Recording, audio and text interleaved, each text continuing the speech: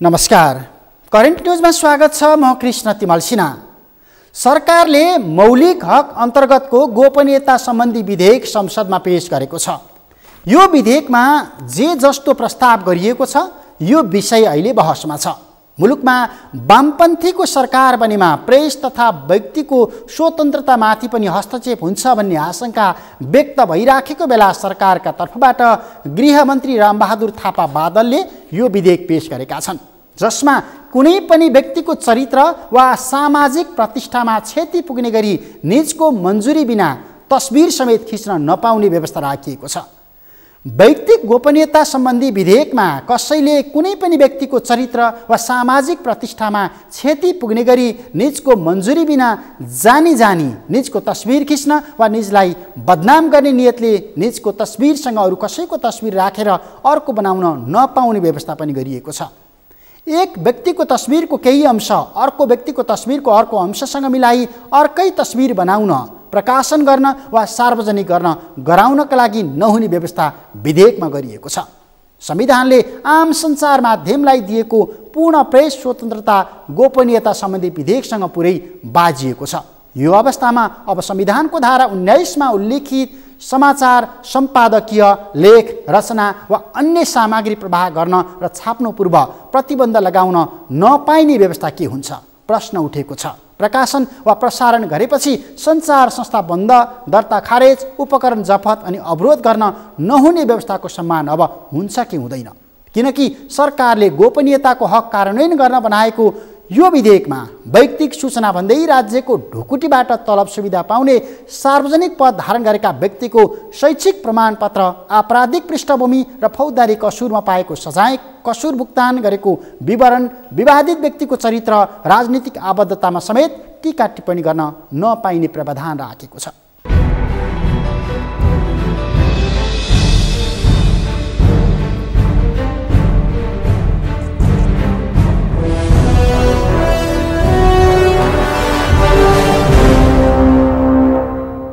संघीय संसदमा दर्ता भएको मौलिक हक अन्तर्गतको गोपनीयता सम्बन्धी विधेयकमा भनिएको छ, कसैले कुनै पनि व्यक्तिलाई सताउने, हैरान पार्ने वा निजबाट कुनै अनुचित फाइदा लिन वा तस्बिरको व्यापारिक प्रयोग गरी फाइदा लिने नियतले निजको मन्जुरी नलिई तस्बिर अरू कसैलाई दिन वा प्रकाशन गर्न, प्रचार प्रसार, खरिद बिक्री वा सार्वजनिक गर्न गराउन पाइने छैन। विधेयकको प्रस्तावनामा भनिएको छ, प्रत्येक व्यक्तिको जीव, आवास, सम्पत्ति, लिखित तथ्याङ्क, पत्राचार तथा चरित्र सम्बन्धी विषयको गोपनीयता सुनिश्चित गर्न, सार्वजनिक निकाय वा सङ्गठित संस्थामा रहेका वैयक्तिक सूचनाको संरक्षण र सुरक्षित उपयोगको सुनिश्चितता गर्न तथा व्यक्तिको गोपनीयता अतिक्रमण हुन नदिने व्यवस्था गरी मर्यादित जीवनस्तर बनाउने उद्देश्यले ऐन बनाउन लागि छ। विधेयकले अन्तिम रूप लिएपछि गोपनीयता सम्बन्धी हकको ऐनको नाम वैयक्तिक गोपनीयता सम्बन्धी ऐन 2075 रहने कानुनको मस्यौदामै उल्लेख छ। यो विधेयकमा सार्वजनिक पदमा बहाल रहेको व्यक्तिमाथि कानुनी प्रश्न उठेमा भने तथ्याङ्कको गोपनीयता नरहने व्यवस्था गरिएको छ। कानुनको मस्यौदामा सार्वजनिक पदमा बहाल रहेको कुनै व्यक्तिको उमेर, योग्यता, चरित्र, यौनिकता, अपाङ्गता जस्ता विषयमा कुनै प्रश्न अब उठाउन पाइने छैन। त्यस्तो प्रश्न उठेको अवस्थामा अधिकार प्राप्त अधिकारीको माग बमोजिम सम्बन्धित व्यक्तिले कागजात उपलब्ध गराउन सक्ने व्यवस्था गरिएको छ। गोपनीयताको हक सुरक्षित भए नभएको अनुगमन राष्ट्रिय सूचना आयोगले गर्नेछ। गोपनीयताको हक हनन भएमा कानुन बमोजिम पीडकले पीडितलाई उचित क्षतिपूर्ति दिनुपर्ने प्रावधान राखिएको छ। गोपनीयताको अधिकार दुरुपयोग गरेमा कसुर बापत 3 वर्ष कैद वा 30,000 रुपियाँसम्म जरिवाना वा दुवै सजाय हुनेछ। यस्तो कसुर गरेमा सरकारवादी मुद्दा हुनेछ। व्यक्तिलाई हानि भएमा जिल्ला अदालतमा मुद्दा हाल्न सक्नेछ भने उजुर गर्दा यस्तो काम भएको 35 दिनभित्र उजुर दिनुपर्ने प्रस्तावमा उल्लेख छ। यस्तै कुनै व्यक्तिलाई पक्राउ गरेपछि घरमा आदेश बिना खान तलासी गर्न पाइने छैन। स्वीकृति नलिई निजी आवासमा सीसीटीभी राख्न नपाइने भएको छ। सार्वजनिक स्थानमा समेत सीसीटीभी राखेको अवस्थामा सबैले देखिने गरी सूचना दिनुपर्ने व्यवस्था गरिएको छ। विधेयकमाथि सङ्घीय संसदमा छलफल हुनै बाँकी छ, तर पनि नागरिक स्वतन्त्रता र प्रेस स्वतन्त्रताको पक्षमा रहेका अभियन्ताहरूले प्रश्न गरिराखेका छन्। राज्यको ढुकुटीबाट तलब सुविधा पाउने, सार्वजनिक पदमा रहेका व्यक्तिको शैक्षिक प्रमाणपत्र र अन्य व्यक्तिगत विवरण गोप्य राख्ने कानुनी व्यवस्था नै आपत्तिजनक छ। कुन कुन सूचना दिने, कुन कुन सूचना नदिने, कुन कुन गोप्य राख्ने भन्नेमा अहिलेसम्म छान्नु भएको छैन। जसको मतलब अहिले कुनै पनि सरकारलाई अप्ठ्यारो लाग्ने सूचना खोज्न गयो भने अहिले छुट्याइया छैन गोप्य कुन राख्ने, कुन चाहिँ सार्वजनिक गर्ने भन्ने उनीहरूले दावा गर्न सक्छन्। एक। दोस्रो चाहिँ हाम्रो संविधान प्रेसको लागि चाहिँ हाम्रो संविधान जतिको विश्वका नाम चलेका कुनै पनि प्रजातान्त्रिक राष्ट्रमा छैन। अब कुन कुन त हो यो भन्दाखेरि अमेरिका, लिखित अलिखित जे भने पनि बेलायत, फ्रान्स, जर्मनी र भारत, यति मात्र हेरी हुन्छ। यति हेर्दाखेरि के कारणले भने प्रिएम्बलमा नै संविधानको प्रस्तावनामा नै प्रेसलाई रिफर गरिएको छ। यसरी अन्तरिफर गरेकै छैन।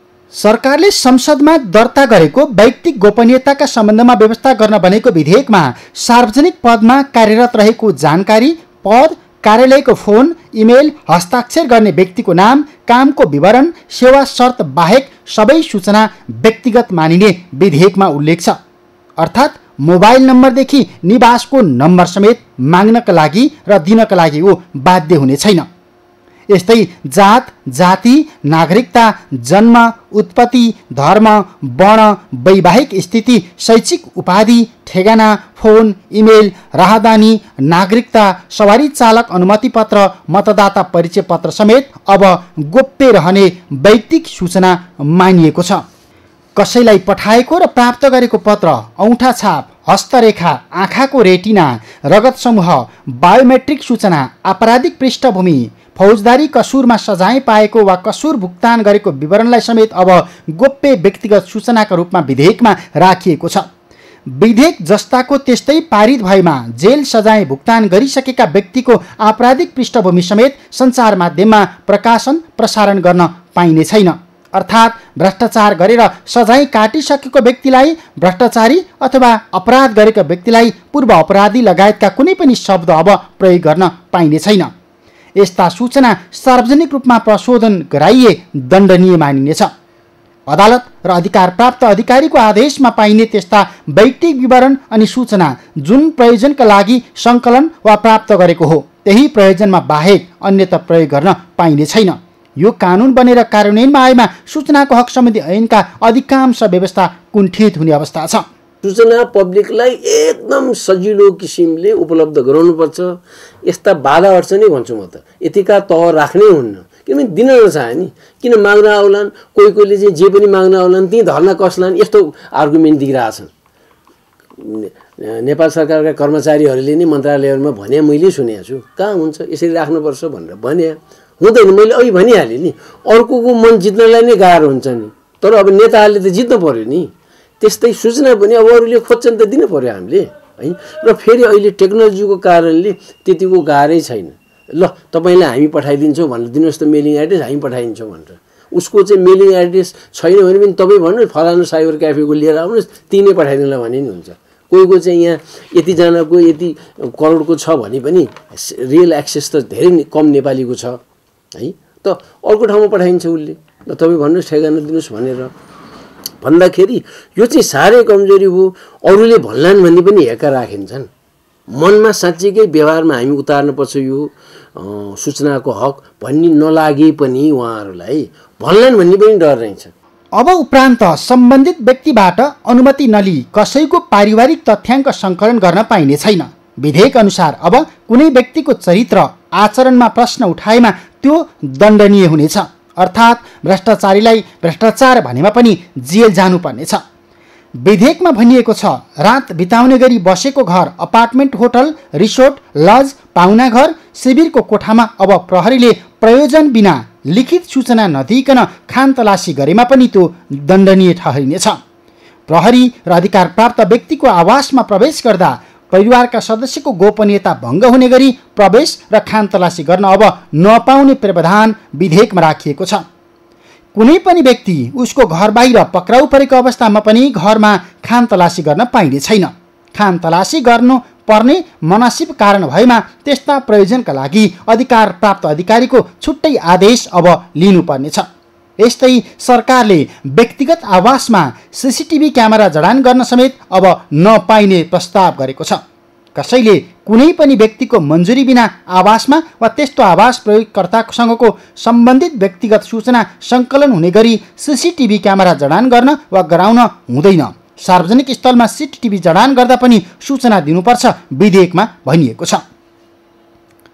फौजदारी संहितामा व्यवस्था गरिएको व्यवस्था यो विधेयकमा पनि राखिएको छ। कसैको व्यक्तिगत चरित्र वा सामाजिक प्रतिष्ठामा क्षति पुग्ने गरी मन्जुरी बिना तस्बिर खिच्न नपाउने प्रावधान विधेयकमा छ। यस्तै विधेयकमा व्यक्तिको जीवनसँग सम्बन्धित जैविक पहिचान, लैङ्गिक पहिचान, यौन सम्बन्ध, गर्भधान, यौनिकता, गर्भधान वा गर्भपतन, कुमारित्व, पुरुषत्व, नपुंसकत्व वा शारीरिक रोग जस्ता विषय अब गोप्य रहनेछन्।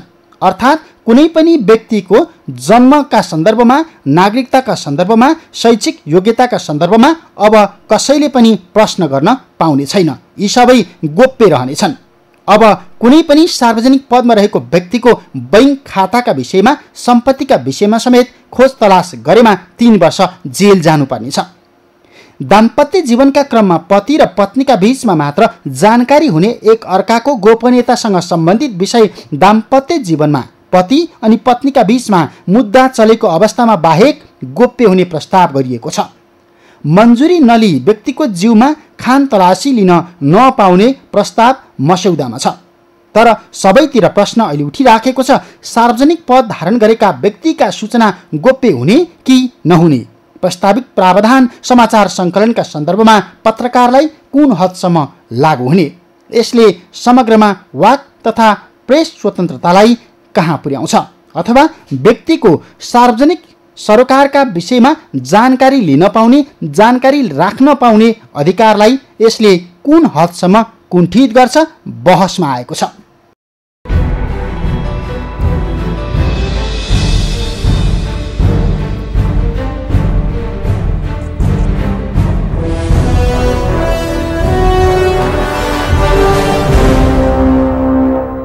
संविधानले आम सञ्चार माध्यमलाई दिएको पूर्ण प्रेस स्वतन्त्रता गोपनीयता सम्बन्धी विधेयकसँग पुरै बाजिएको छ।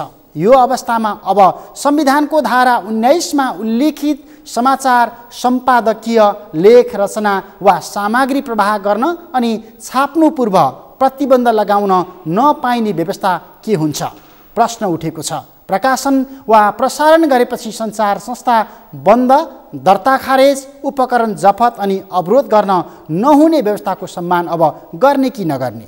किनकि सरकारले गोपनीयताको हक कार्यान्वयन गर्न बनाएको विधेयकमा वैयक्तिक सूचना भन्दै राज्यको ढुकुटीबाट तलब सुविधा पाउने, सार्वजनिक पद धारण गरेका व्यक्तिको शैक्षिक योग्यताको प्रमाणपत्र, आपराधिक पृष्ठभूमि अनि फौजदारी कसुरमा पाएको सजाय, कसुर भुक्तान गरेको विवरण, विवादित व्यक्तिको चरित्र, राजनीतिक आबद्धतामा समेत टिप्पणी गर्न नपाइने प्रावधान राखेको छ। थप सामग्री एकैछिनको विश्रामपछि।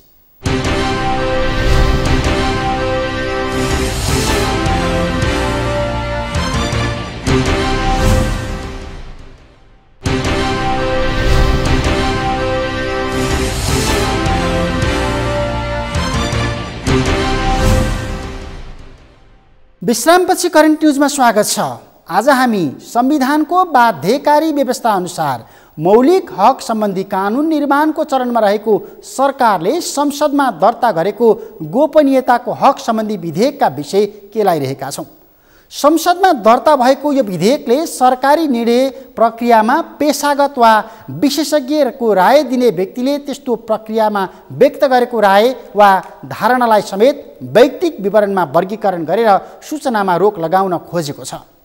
सरकारी कार्यालयमा कुनै निर्णय गर्दा सहसचिव वा सचिवले दिएको राय पनि व्यक्तिगत सूचना हुने अनि त्यस्ता सूचना सार्वजनिक गर्न नहुने प्रावधान विधेयकमा राखिएको छ। यो व्यवस्थाले सर्वसाधारणको जानकारी पाउने अधिकार कुण्ठित गरेको छ। तर सरकार भन्छ संविधानको धारा 28मा उल्लेखित गोपनीयताको हकमा व्यक्तिको जीव, आवास, सम्पत्ति, लिखित तथ्याङ्क, पत्राचार, चरित्र सम्बन्धी विषयको गोपनीयता कानुन बमोजिम बाहेक सार्वजनिक गर्न नहुने व्यवस्था कार्यान्वयन गर्न यो विधेयक ल्याइएको हो। सरकारले विधेयकको प्रतिरक्षा गरे पनि यसमा भएका व्यवस्था सूचनाको हक सम्बन्धी ऐनसँग समेत बाजिएका छन्।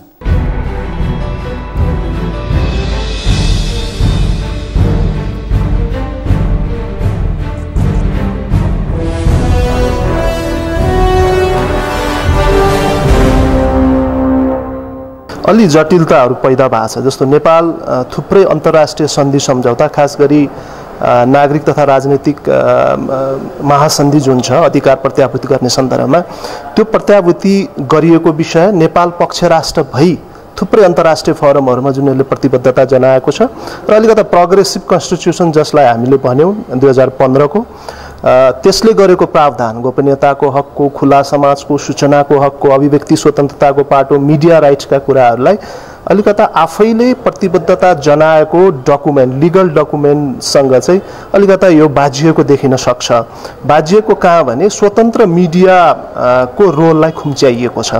मिडियालाई राज्यका अङ्गहरूमाथि, राज्यका अङ्गले गर्न सक्ने बदमासीमाथि जुन वाचडगको रोल प्ले गर्नु पर्थ्यो त्यो रोललाई चाहिँ खुम्च्याइएको छ। जो को दिनमा राष्ट्रिय सूचना आयोगको गठनको प्रक्रिया, खास गरी चाहिँ सूचनाको हक सम्बन्धी ऐन 63 को व्यवस्थापनको पाटो हो भन्ने प्रोग्रेसिभ थियो। अहिले यो खास गरी जुन सोमबार टेबल भएको छ, संसदमा पेश भएको छ व्यक्तिगत गोपनीयता सम्बन्धी विधेयक, यो विधेयकको ले राष्ट्रिय सूचना आयोगको कामलाई, यसको प्रभावकारितालाई पनि खुम्च्याइदिएको छ भने खास गरी यसको क्लज 35 त्यस्तै गरी त्यतिकै त्यही कन्डिसनमा लागू हुने हो भने त राष्ट्रिय सूचना आयोगको कुनै अर्थै रहँदैन, सूचना सम्बन्धी ऐनको पनि कुनै अर्थ रहँदैन। खास गरी र गोपनीयता सम्बन्धी संरक्षण दिन सकिने प्रावधानहरू त्यहाँ राखिएको छ, तर संरक्षण दिने पाटो यसरी प्रवेश गर्छ कि नेपालको राज्य संयन्त्र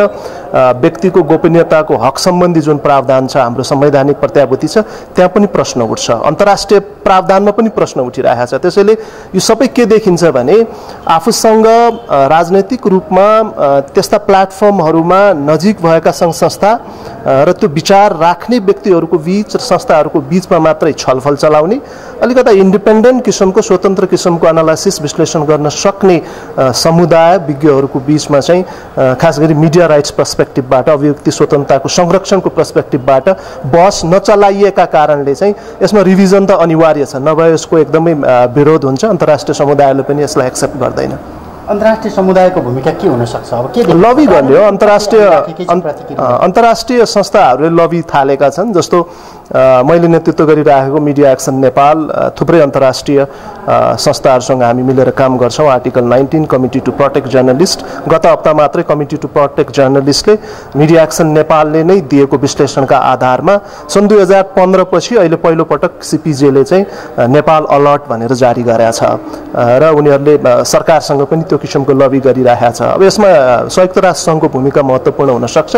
नेपाल पक्ष राष्ट्र भई, खास गरी आइसिसिपिआर जसलाई भन्छौँ हामी, नागरिक तथा राजनीतिक अधिकार सम्बन्धी अन्तर्राष्ट्रिय महासन्धि, त्यसको धारा 17 गोपनीयताको हकसँग सम्बन्धित भएको र धारा 19 अभिव्यक्ति स्वतन्त्रता र स्वतन्त्र प्रेससँग जोडिएको, यिनीहरूसँग बाजिने ढङ्गबाट र स्वतन्त्र प्रेसको भूमिका खुम्च्याउने तरिकाबाट आएका प्रसङ्गमा चाहिँ अन्तर्राष्ट्रिय सङ्घ संस्थाहरूले राष्ट्रिय अन्तर्राष्ट्रिय रूपमै लबी गर्छन् भन्ने मलाई लाग्छ र त्यो गर्नुपर्छ। सूचनाको हक सम्बन्धी ऐन 2064 को दफा 3 मा नेपालको सार्वभौम सत्ता, अखण्डता, राष्ट्रिय सुरक्षा वा अन्तर्राष्ट्रिय सम्बन्धमा गम्भीर खलल पार्ने अपराधको अनुसन्धान तथा अभियोजनमा प्रत्यक्ष असर पार्ने आर्थिक, व्यापारिक तथा मौलिक हित वा बौद्धिक सम्पत्तिको संरक्षण वा बैंकिङ वा व्यापारिक गोपनीयताका गम्भीर आघात पार्ने सूचना गोप्य रहने व्यवस्था गरिएको छ।